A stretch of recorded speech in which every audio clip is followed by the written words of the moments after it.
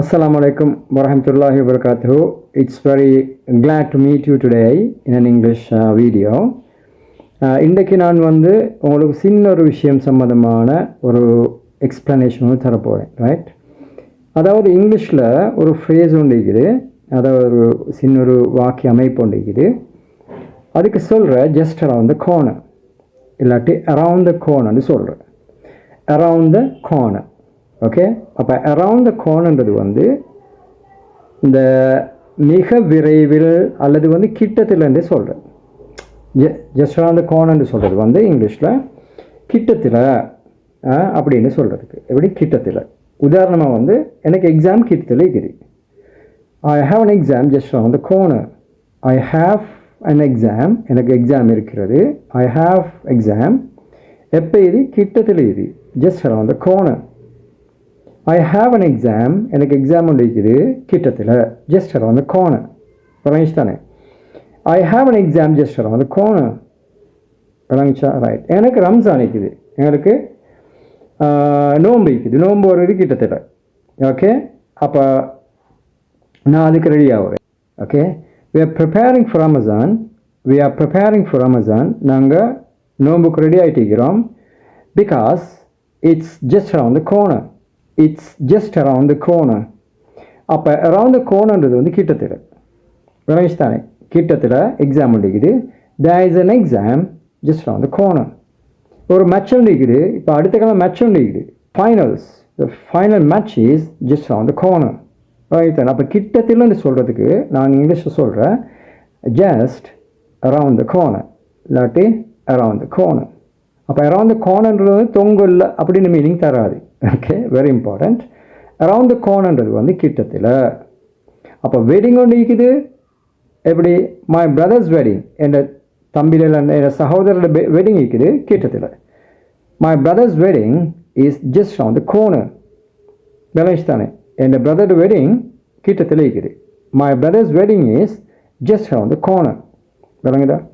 அப்போ just around the corner இல்லாட்டி around the கார்னர்ன்றது தொங்கல்ல அப்படி சொல்கிறல, கிட்டத்தில் இருக்குதுன்னு சொல்கிறேன். அப்போ இதில் இன்னொரு எடிஷனலி இன்னொரு விளக்கம் எடுத்தாரேன். இது ரெண்டு மாதிரி சொல்கிறேன். ஒன்று எங்களுக்கு கிட்ட ஒரு, அதாவது கிட்ட ஒரு காலம் ஒன்று கிட்டத்தில் இது, அதாவது ஃப்யூச்சரில் நடக்க போகிற விஷயத்துக்கு கிட்டத்தில் சொல்கிறோம். அப்போ அப்படி ஒரு காலத்தோடு சம்மந்தப்பட்ட கிட்டத்தில்ண்டு இது, ஓகே தானே? கிட்டத்தில் வார கிழமைண்டா கிட்டத்தில், இன்னும் 2 நாள்லண்டா கிட்டத்தில், ஓகே? இன்னும் 3-4 நாளில் இது கிட்டத்தில், ஓகே? அப்போ இது மாதிரி ஒரு டைம் பேஸ்ட், ஒரு நேரத்தோடு சம்மந்தப்பட்ட கிட்டத்தில்னு சொல்லக்குள்ள நாங்கள் ஜஸ்ட் அரவுண்ட் த கார்னர்னு சொல்கிறேன். இது விளங்கிக்கும்னு நினைக்கிறேன். அதே மாதிரி இப்போ கிட்டத்தில் எங்களோட வீட்டுக்கு பக்கத்தில், ஓகே, ஒரு பேங்க் ஒன்று இருக்குது. அப்போ எப்படி சொல்லுவோம்? அதுவும் கிட்டத்தில் தானே? அப்போ இது பிளேஸ் பேஸ்ட், ஒரு இடத்தோட சம்மந்தப்பட்ட விஷயத்துக்கும் இந்த அரவுண்ட் த கார்னர் இல்லாட்டி ஜஸ்ட் அரவுண்ட் த கார்னர்னு சொல்லு. விளங்கித்தானே? அப்போ டைம் பேஸ்டுக்கு நாங்கள் எக்ஸாம்பிள்ஸ் நாங்கள் பார்த்தோம். அதே போல் எங்களோட வீட்டுக்கு பக்கத்தில் there is a bank just around the corner. கிட்டத்தில் பேங்க் ஒன்று இருக்குது. நாங்கள் கேட்குறோம், எனக்காவது ஸ்கூல் ஒன்று இல்லாட்டி பள்ளி ஒன்று இருக்குதா, தொழுகிறதுக்கான பள்ளி ஒன்று இருக்குதான்னு கேட்குறோம், ஓகே? அப்போ எப்படி கேட்போம்? Excuse me, is there any mask nearby? Is there any mosque nearby? Is there any mosque nearby? கிட்டத்தில் பள்ளி ஒன்றுக்குதா? அப்போ நியர்பைன்னா என்னது? கிட்டத்தில். அதே மாதிரி க்ளோஸ் பைனாலும் கிட்டத்தில், ஓகே? அப்போ ரெண்டு மாதிரி கேட்கணும். Is there any mask close by? அப்படி கேட்டால் கிட்டத்தில் பள்ளி ஒன்றுக்குதா? அப்போ நாங்கள் அதுக்கு ரிப்ளை பண்ணுறோம் எப்படி? ஓ, இந்த கிட்டத்தில் பள்ளி ஒன்றுக்குதாப்பா, போங்க, இன்னைக்கு தான் இது கிட்டத்தில் தான் இருக்குதுன்னு சொல்கிறோம். அப்போ எப்படி சொல்லுவோம்?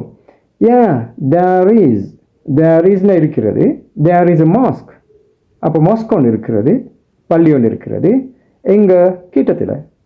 எப்படி சொல்லுவோம்? Just around the corner. there is a mosque just around the corner.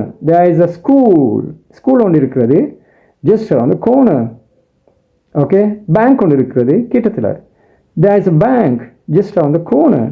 விளங்கிச்சு தானே? அப்போ உங்களுக்கு வேண்டிய சொல்லல, பேக்கரி ஒன்று இருக்குது கிட்டத்தில், பேக்கரி பக்கத்தில் பேக்கரி ஒன்று இருக்குது. எப்படி சொல்லுவீங்க? அப்போ there is a bakery just around the corner. உங்களுக்கு விளங்கித்தானே?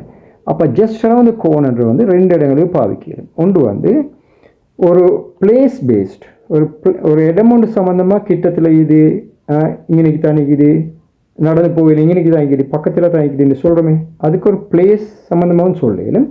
அடுத்தது வந்து எதிர்காலத்தில் ஒரு விஷயம் நடக்க மிக விரைவில் நடக்க இருக்கிறது. ஓகே, விளங்கிக்கும்னு நினைக்கிறேன். இன்ஷா அல்லாஹ் இன்னொரு நல்ல ஒரு லெசனை சந்திப்போம். இன்ஷா அல்லாஹ். அஸ்ஸலாமு அலைக்கும்.